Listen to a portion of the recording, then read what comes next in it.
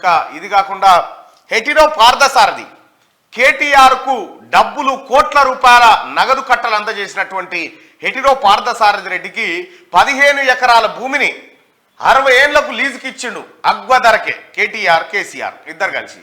అయితే నిన్న రివ్యూ నిర్వహించినటువంటి ముఖ్యమంత్రి రేవంత్ రెడ్డి గారు ఆ లీజులు రద్దు చేయాలి, ఇంకా ఎవరెవరికి లీజులు ఇచ్చారో ఆ లీజుల భూములన్నీ వాపస్ తీసుకోండి అని చెప్పి అధికారులను ఆదేశించడం జరిగింది.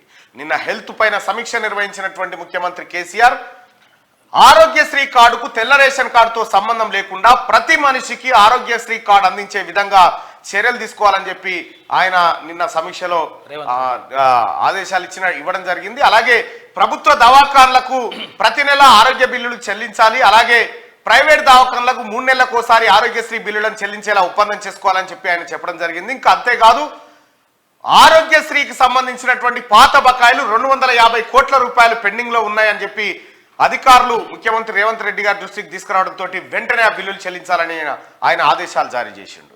సో ఇక్కడ మొన్ననేమో హాస్టల్స్, స్కూల్స్, గురుకులాలు వాటి వ్యవహారం పైన సమీక్ష నిర్వహించిన ముఖ్యమంత్రి వాటి కోసం గ్రీన్ ఛానల్ ద్వారా కాస్మెటిక్ కానీ, ఆ తర్వాత మెస్ బిల్లుల చెల్లింపు కానీ, డైట్ ఛార్జీలు చెల్లింపు కానీ జరగాలని చెప్పి ఆయనకు చెప్పడంతో పాటు అటు విద్య పైన ఇటు వైద్యం పైన రెండిటిపైన ఒక రకమైనటువంటి ప్రత్యేక శ్రద్ధను కనబరుస్తూ తెలంగాణ రాష్ట్ర ప్రభుత్వం నిర్ణయాలు శరవేగంగా తీసుకుంటున్నది.